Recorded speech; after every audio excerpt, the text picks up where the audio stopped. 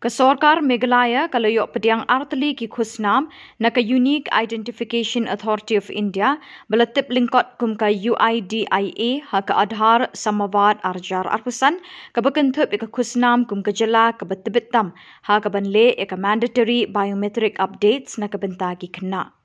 Haka juk kapor ka yok ru ika khusnam kum ka jela kababiang tam haka jingpen shisha ika jingpen rung kerteng Aadhaar naka benta ki balahe akarta. Kejala kalayok pediang yakni ke khusnam haka Aadhaar Samavad Arjar Arpusan haka jingelang ka belalong haka Pratarik Uyayong ha Bharat Mandapam Convention Center New Delhi.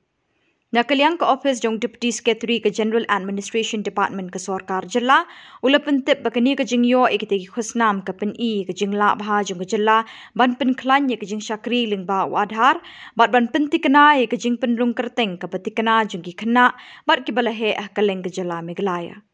Yakini ki khusnam lalit ban shim de uba Shai Kuparwar ubadai Nodal Officer Aadhaar General Administration Department ke Sorkar Meghalaya.